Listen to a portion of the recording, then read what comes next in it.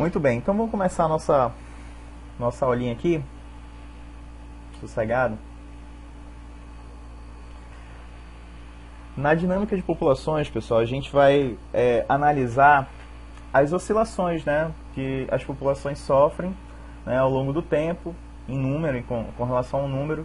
Então tem períodos aí que a população tá super saturada, né, tá com um monte de indivíduos ali na região, no hábitat, e tem situações em que a população dá uma reduzida, né?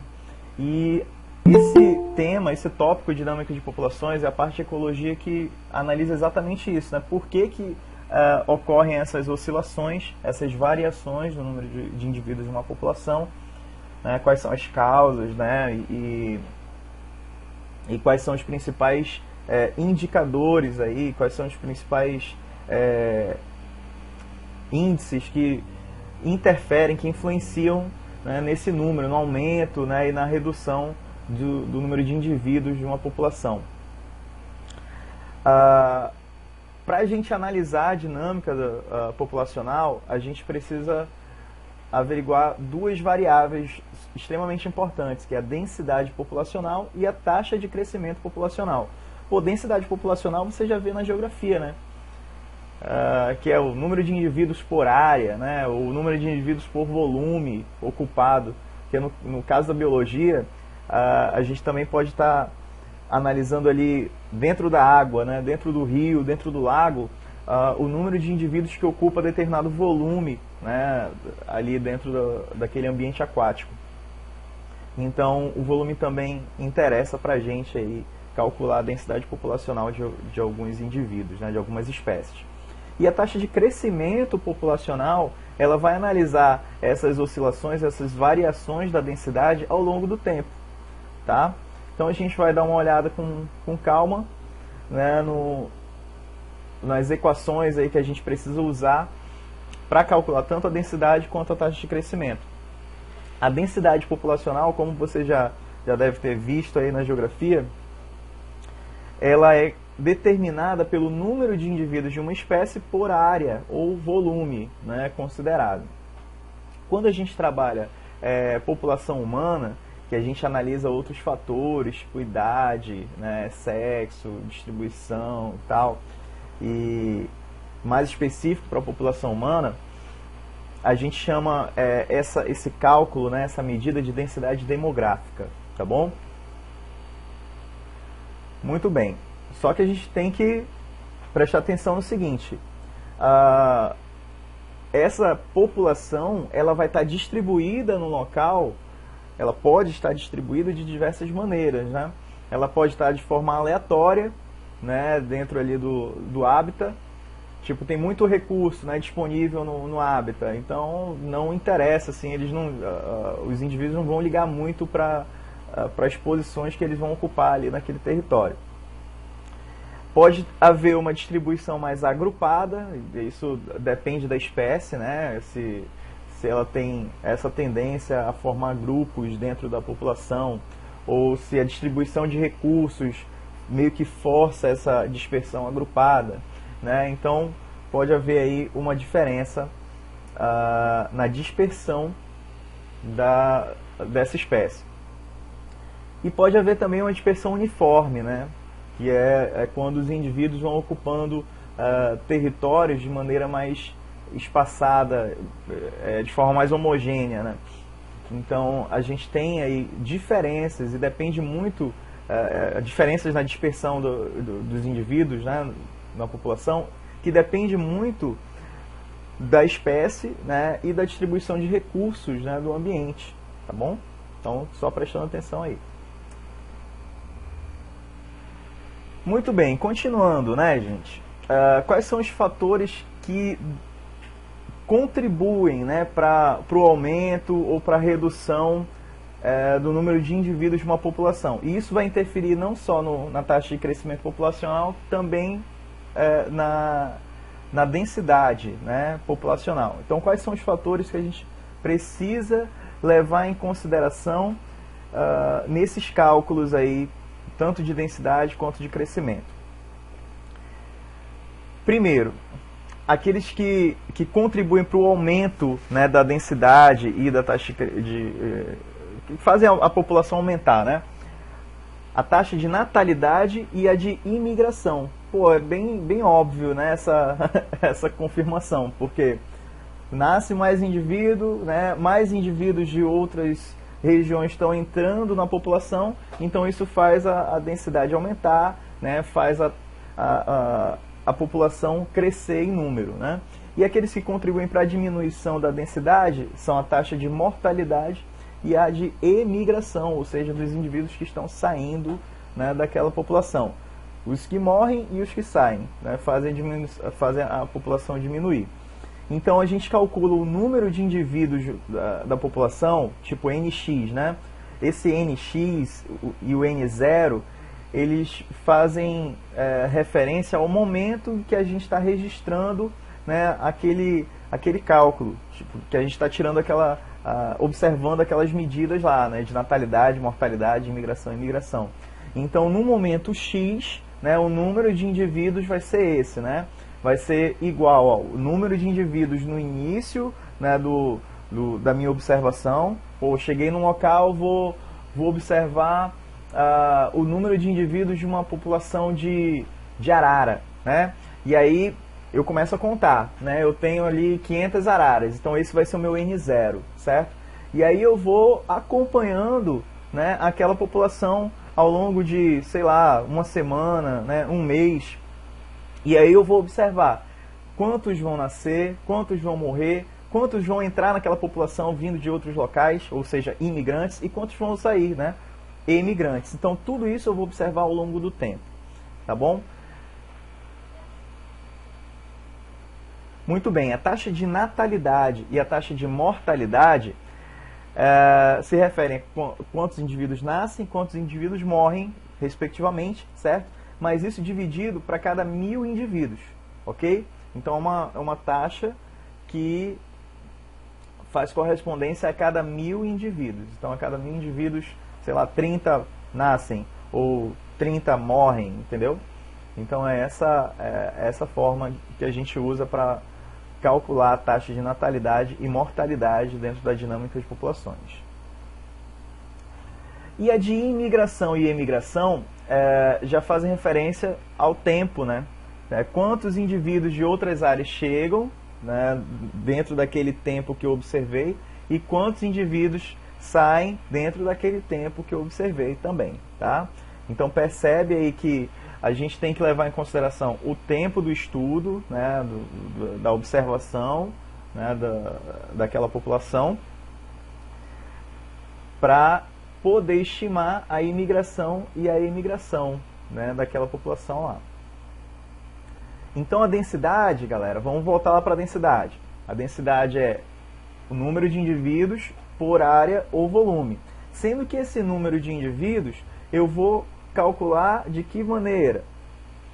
Número de indivíduos no início da observação, mais a taxa de natalidade mais a de imigração, menos a mortalidade, certo? Mais a emigração. Então é isso aqui, ó, que vai me dar o número de indivíduos da minha população. Beleza? Vamos fazer aqui um exemplo, né? Vamos ver um exemplo aqui, ó. A tabela aqui, ó, ela especifica as variações sofridas por uma população de lagartos de uma pequena ilha por um período de 5 anos. Então está aqui 2008, 2009, 2010, até 2012, né? E aí a pergunta é a seguinte, ó. Se a ilha tivesse uma área de 5.000 km², ou seja, a área é essa aqui, tá? Qual seria a densidade populacional ao final do ano de 2008, que é essa primeira linha aqui, considerando que ao final de 2007 a população era de 434 indivíduos. Então eu vou pegar esse cálculo aqui, galera, eu já separei esses dados na outra, aqui no quadro, aqui. Deixa eu mudar aqui isso. Então aqui no quadro,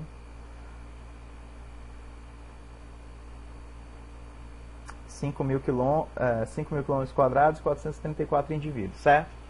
Então aqui está a densidade populacional, a gente calcula a densidade por NX sobre área ou volume, certo? E ele disse que a área ocupada, né, por essa galera aí era de 5.000 quilômetros quadrados, certo? 5.000 quilômetros quadrados. E a população inicial era de 434 indivíduos. Então a primeira coisa que a gente faz é calcular isso aqui, é o NX, ó. Calcular o NX. Então vamos calcular o NX aí, galera.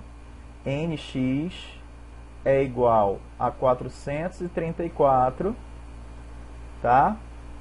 Mais, que é o N0, que é no início da observação, como ele falou, mais a taxa de natalidade e imigração, que é de 2008, tá? Que é essa galera aqui, ó, natalidade e imigração, que vai dar 85, né? 85 menos a taxa de mortalidade e imigração de 2008. Mortalidade e imigração vai dar 19. Então vai dar 19 aqui, ó. Faz a conta aí, que eu tô com preguiça. Faz a conta aí. NX é igual a 434 mais 85, que é 519. Confere aí, moçada.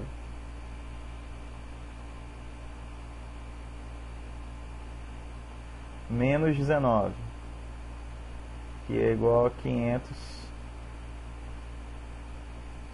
indivíduos. Vão conferindo aí, tá? Vão conferindo aí que eu tô meio burro hoje.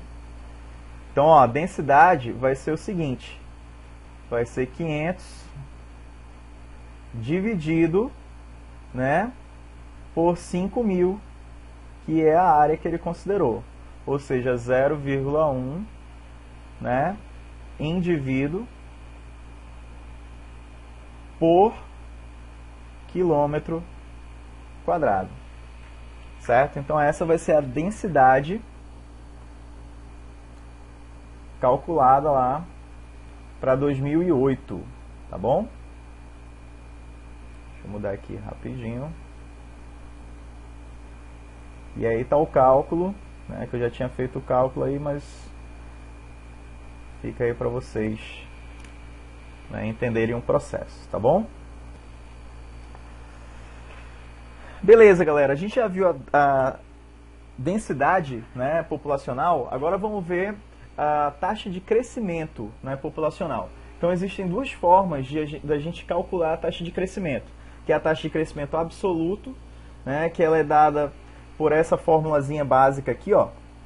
Taxa de crescimento absoluto é igual a NX, que é aquele NX que a gente estava vendo agora, menos N0, que é do início, né, o número de indivíduos no início da observação, dividido pelo tempo, ok? A gente pode escrever dessa forma, ou se a gente substituir NX por esse número aqui, galera, cadê? Deixa eu arrastar um pouquinho essa...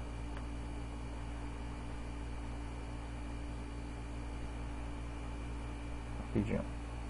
Se a gente substituir NX por essa equação aí,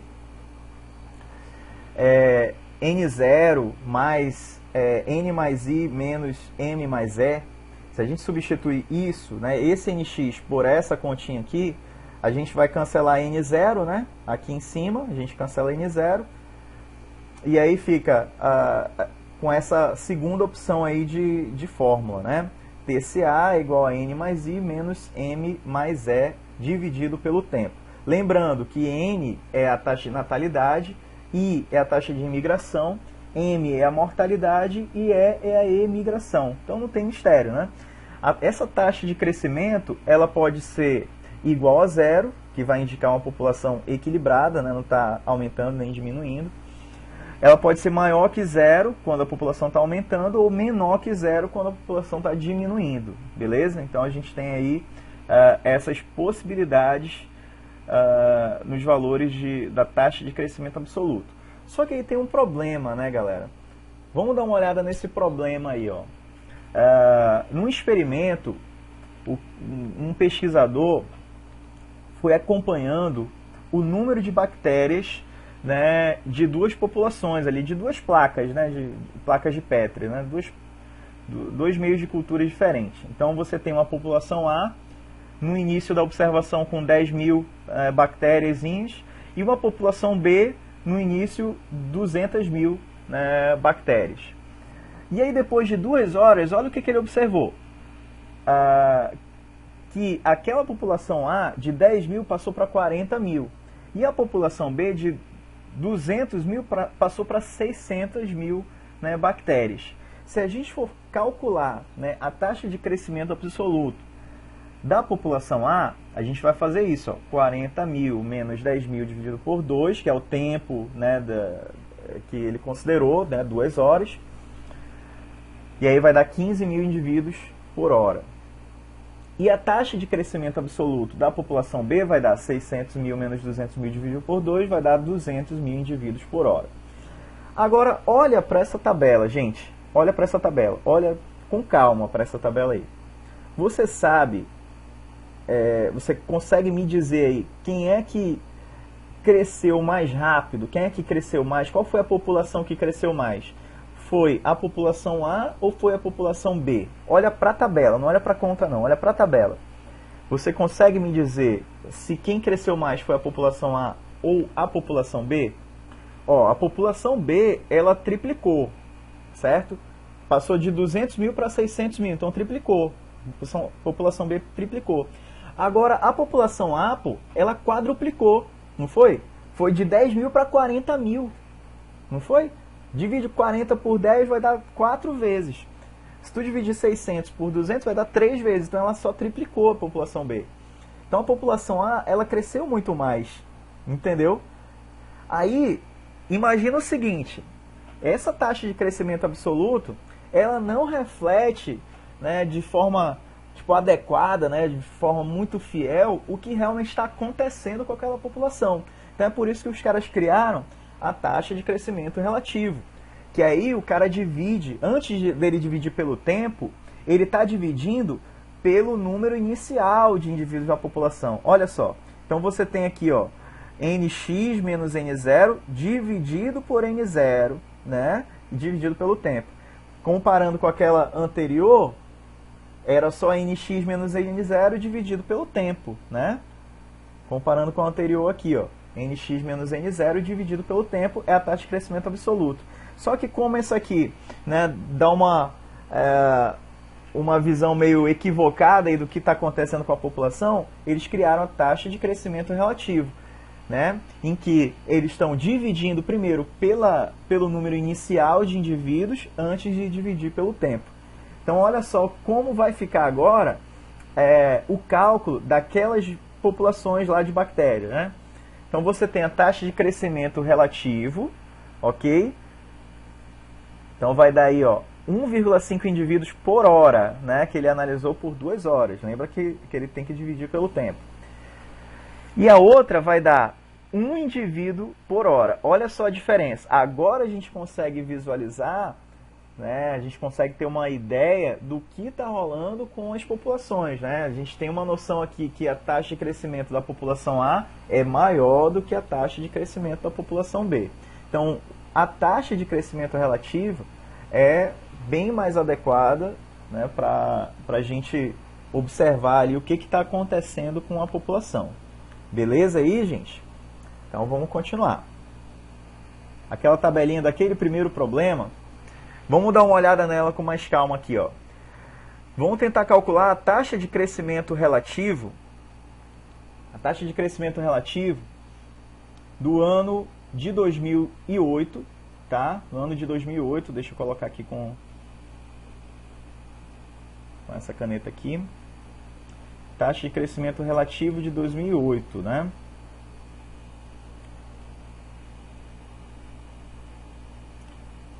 2008 dessa população, tá? Então você tem natalidade 80 e imigração 5. Então você tem 85, menos mortalidade mais imigração 19. 85 menos 19 vai dar 66, é isso, gente? Vão me ajudando aí, tá? Vão me ajudando que hoje eu tô burrão. Vai dar 66. E o valor inicial era 434, certo?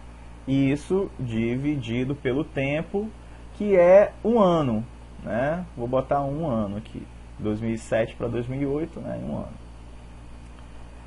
Aí vai dar 66 dividido por 434, dividido por 1. 66 dividido por 434, dá quanto, pessoal? 0,15. Fiz de cabeça, tá vendo? Indivíduo por ano, tá? Então vai dar 0,15 indivíduos por ano. E isso do ano de 2008. Isso você pode fazer para os outros anos também, tá? Mas eu deixo para vocês como dever de casa, isso aí. Outro indicador importante, né, para a dinâmica de populações é a estrutura etária. A estrutura etária é outra informação que vocês já devem ter visto na geografia, né? Que é aquele gráfico que mostra, que compara, né, as diversas faixas etárias e de acordo também com o sexo, né, masculino e feminino. Então, é um gráfico que mostra aí a proporção de indivíduos de acordo com cada faixa etária da população. E a gente sabe que, dependendo de como vai estar o gráfico, a gente pode deduzir se a população vai estar em crescimento, se a população vai estar equilibrada ou se vai estar em declínio, né? Populações em crescimento costumam ter muitos indivíduos jovens, né? Por exemplo, nesse gráfico aqui da esquerda, a população, né, está em crescimento. Já nesse gráfico do meio, de 2010 aqui, ó, a população já vai estar mais estável, porque tem mais indivíduos entre as faixas de jovem e adulto, né? E a população em declínio, ela tem uma menor proporção de jovens em relação às demais faixas etárias. Então, isso é uma característica de uma população em declínio. Traduzindo, né, o formato de um gráfico de uma população que está crescendo, ela tem a base, né, são essas faixas etárias menores aqui, ó, abaixo de 15 anos, tá vendo?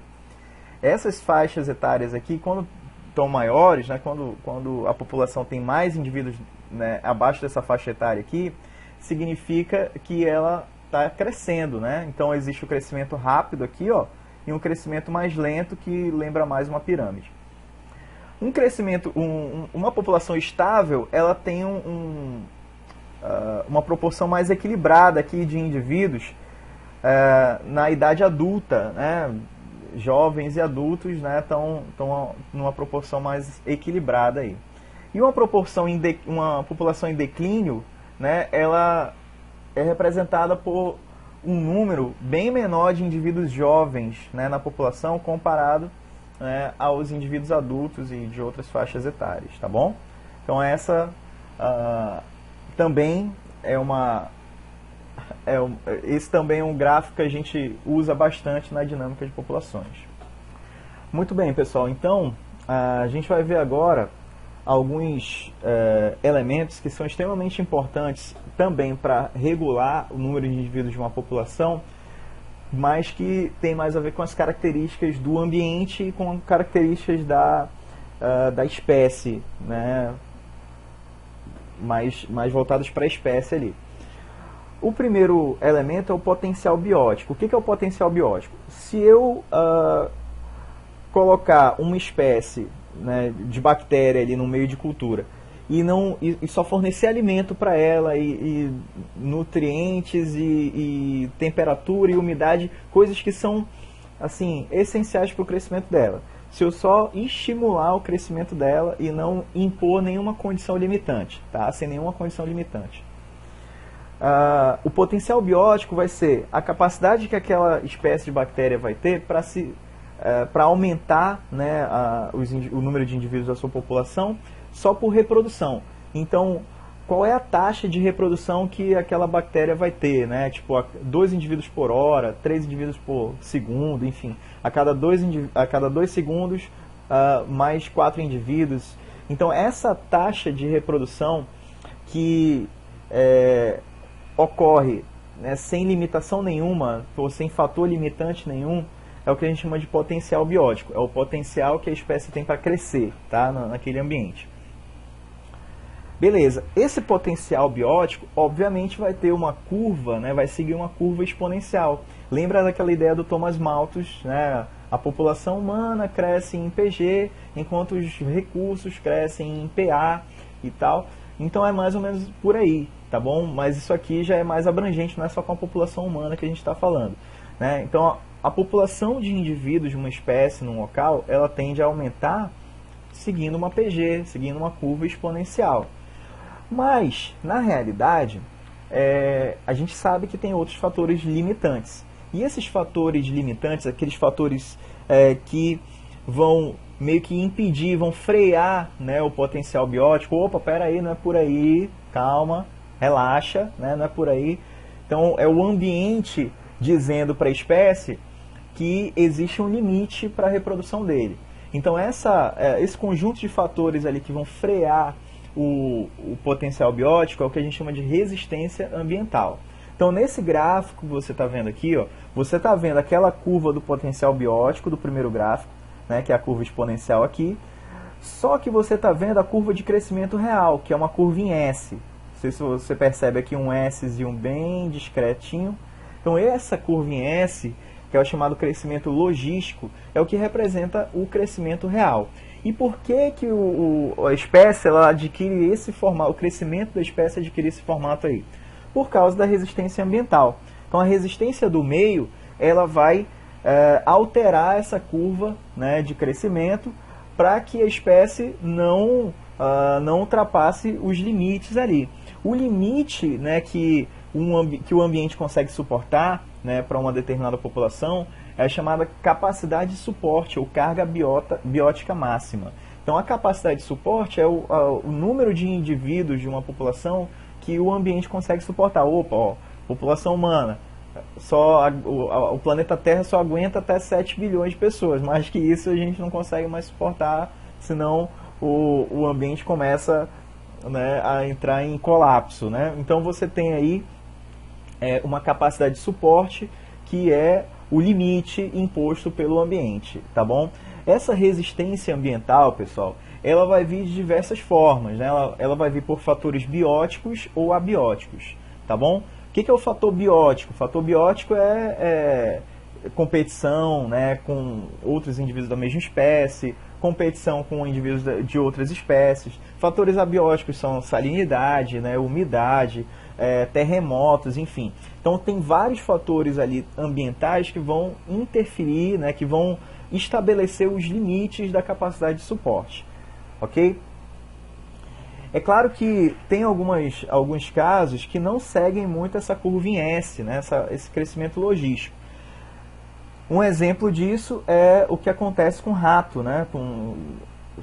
Fizeram um experimento com uma espécie de rato que ele não seguiu, né? A população não seguiu esse crescimento em S, né? A população de ratos começou a aumentar exponencialmente, só que eles foram consumindo os recursos tão rapidamente, né, que a população começou a entrar em declínio muito rápido, né? Começaram a morrer porque não tinha mais comida, porque eles não foram pensando ali nos recursos e foram consumindo tudo que viam pela frente. E aí a população começa a morrer, né, porque não tinha mais recursos, morreu de fome, né? Então vamos lá falar um pouquinho mais sobre esses fatores limitantes do crescimento, né, que eu comentei ainda agora, que vão interferir na capacidade de suporte, né, do ambiente. Os fatores bióticos, eles têm tudo a ver com a densidade, né? Eles são altamente dependentes da densidade da população.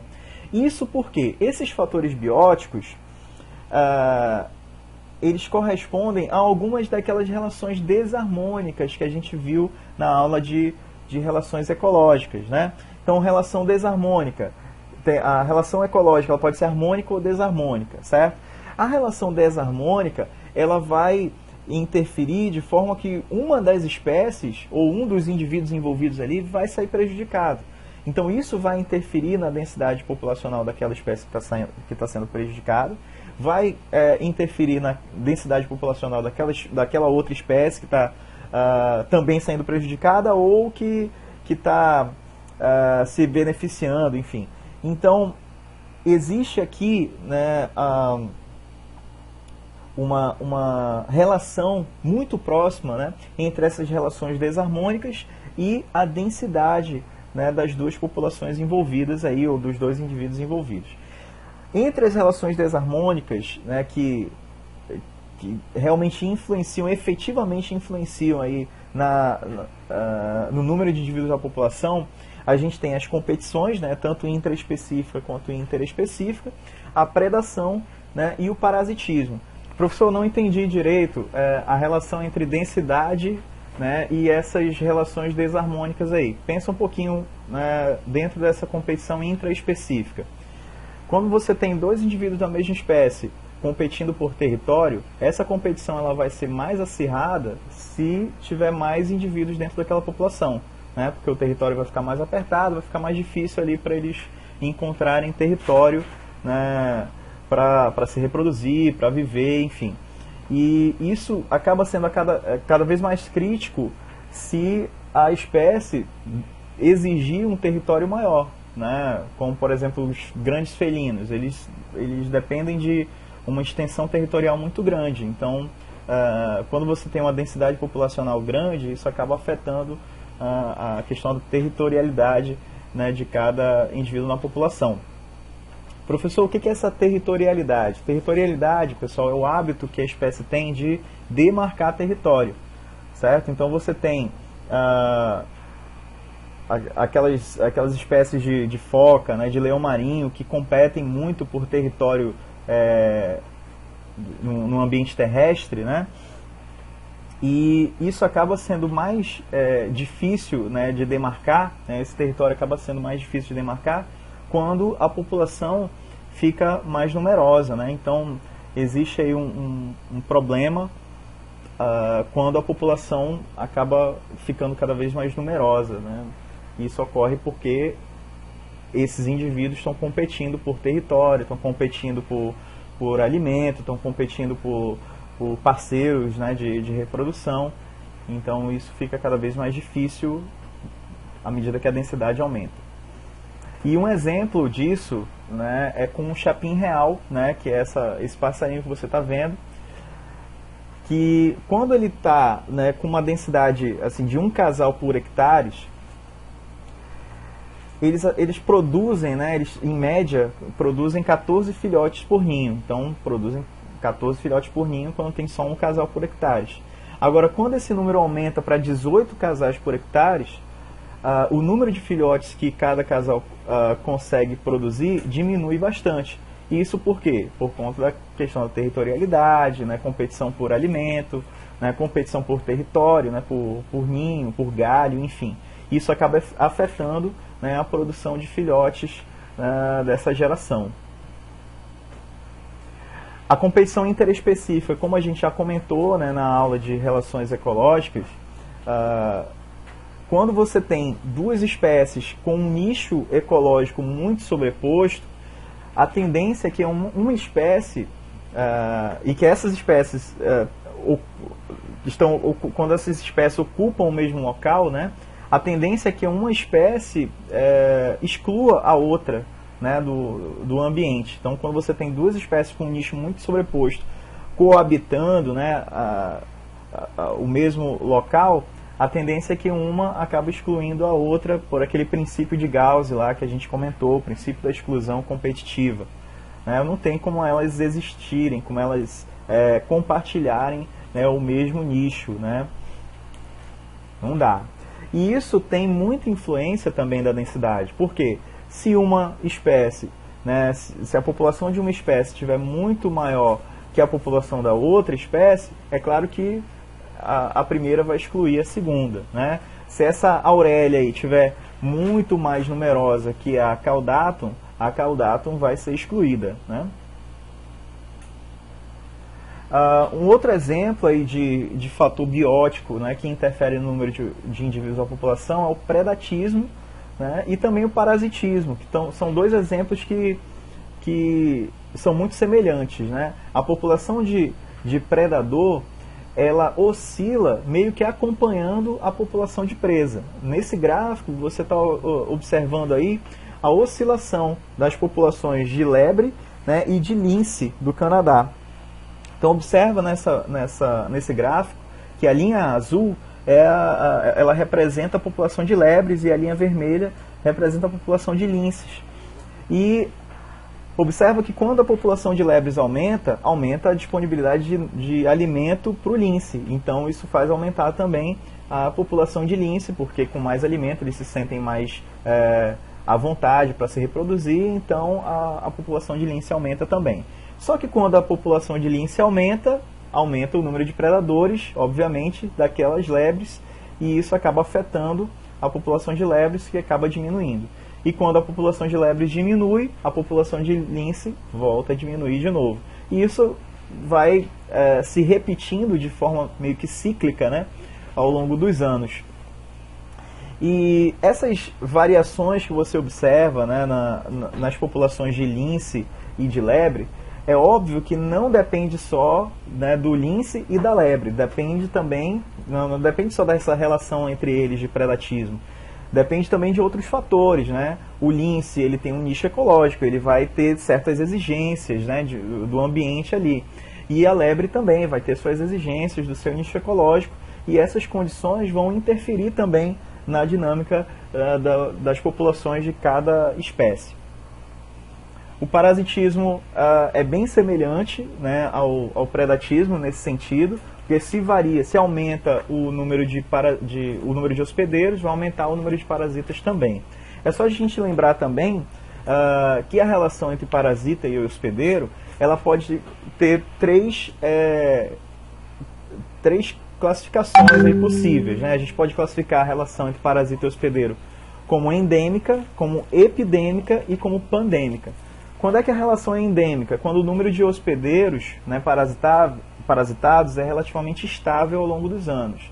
Então você tem sempre um certo número X ali de hospedeiros ao longo dos anos. A relação epidêmica é quando ocorrem surtos epidêmicos, ou seja, o número de hospedeiros aumenta bastante, né, num curto intervalo de tempo, certo? E a relação pandêmica é quando começam a surgir vários focos epidêmicos ao mesmo tempo em várias áreas diferentes. Então, a relação entre parasita e hospedeiro, ela pode ter essas três escalas aí de ação, tá bom?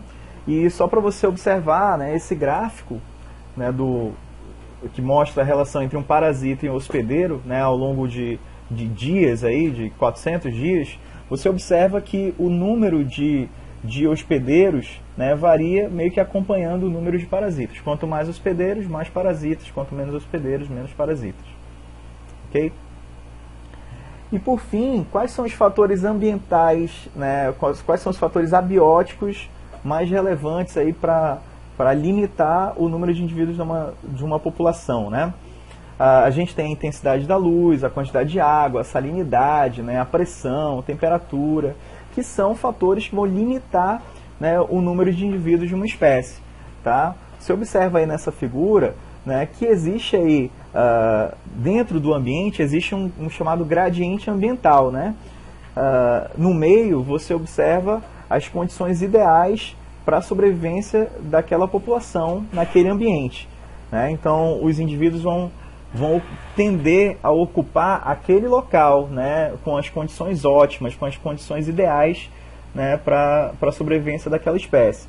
À medida que os recursos, né, ambientais, que as condições ambientais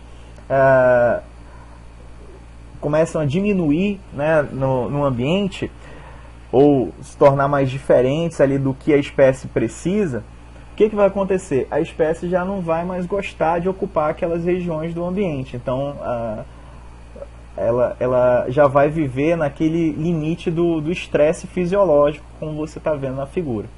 Certo? E aqueles locais, né, que não tem as condições ideais para a sobrevivência da espécie, já não vão mais ser ocupados, né, por aqueles indivíduos daquela espécie. Tá bom? Então você tem aí um gradiente de condições e de recursos abióticos ali, sempre recursos abióticos, que vão ser preferidos ali pela espécie, tá bom? E aí vai tornar a espécie mais abundante naquele local.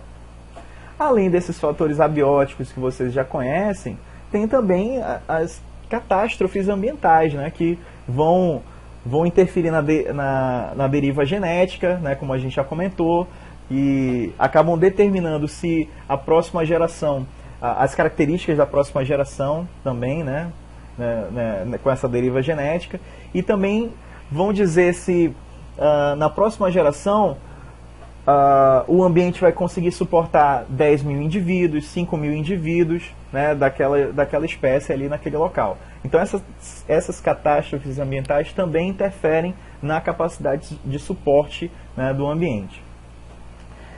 Beleza, então como é que vai ficar, pessoal, o crescimento populacional depois que a gente coloca essas variáveis ali do potencial biótico e da resistência ambiental?